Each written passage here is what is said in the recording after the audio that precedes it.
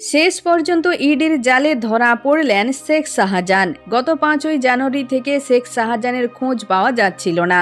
তিনি কোথায় আত্মগোপন করেছেন তা নিয়ে বিস্তর জলঘোলা হয়েছে। অবশেষে সন্দেশখালীতে ইডির টিম আক্রান্ত হওয়ার 56 দিনের মাথায় বৃহস্পতিবার পুলিশের হাতে গ্রেপ্তার হলেন সন্দেশখালীর রয়্যাল বেঙ্গল টাইগার শেখ শাহজাহান।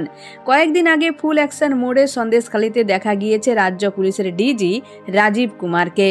দুপুর থেকে রাত পর্যন্ত সন্দেশখালীতে কাটিয়েছেন তিনি।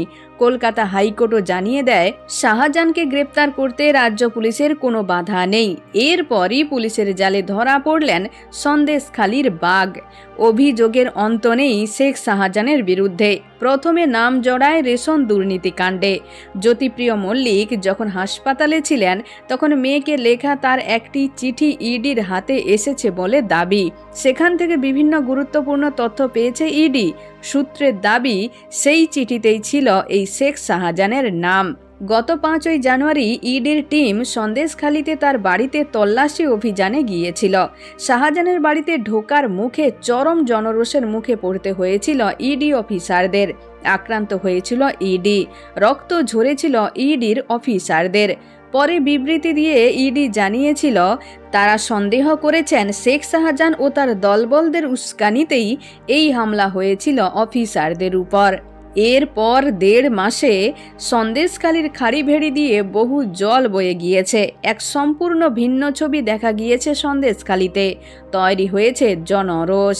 লক্ষ্য শেখ শাহজাহান। শেখ শাহজাহান ও তার দলবলের বিরুদ্ধে মুখ খুলতে শুরু করেছেন গ্রামবাসীরা।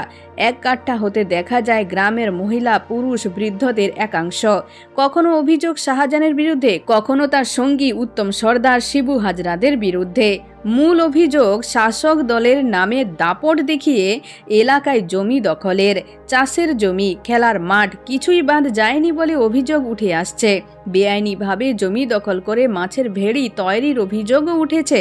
অভিযোগ কখনো উঠেছে শিবু, কখনো উত্তম, কখনো শেখ শাহজাহানের ভাই সিরাজউদ্দিনের বিরুদ্ধে। কিন্তু সব ক্ষেত্রেই ঘুরে ফিরে উঠে এসেছে এদের মাথা শেখ শাহজাহানের নাম। যেদিন ইডির উপর হামলা হয়েছিল সন্দেশখালীতে, সেই দিন থেকে বেপাত্তা ছিলেন শেখ শাহজাহান। ইডি বিবৃতিতে দাবি করেছে, তারা শাহজাহানের মোবাইলের লোকেশন ট্র্যাক করে দেখেছেন। যখন ইডির উপর চড়াও হয়েছিল একদল উন্মত্ত জনতা, তখন শাহজাহানের মোবাইলের লোকেশন ছিল ঘরের ভেতরেই। কিন্তু এতদিন ধরে কিছুতেই শাহজাহানের নাগাল পাচ্ছিল না পুলিশ। প্রশ্ন উঠতে শুরু করেছিল পুলিশের ভূমিকা নিয়েও। দিল্লি থেকে একের পর এক প্রতিনিধি দল এসেছে সন্দেশখালীতে। শাহজাহানের এই মেঘনাথের মতো লোকচক্ষুর আড়ালে বসে থাকা বারবার অস্বস্তিতে ফেলেছিল পুলিশকে। অবশেষে ইডির হামলার 56 দিনের মাথায় ধরা পড়লেন সন্দেশখালীর বাঘ শেখ শাহজাহান। এখনই পর্যন্ত। আবারও দেখা হচ্ছে রাজনীতির পরবর্তী আপডেট নিয়ে। ধন্যবাদ।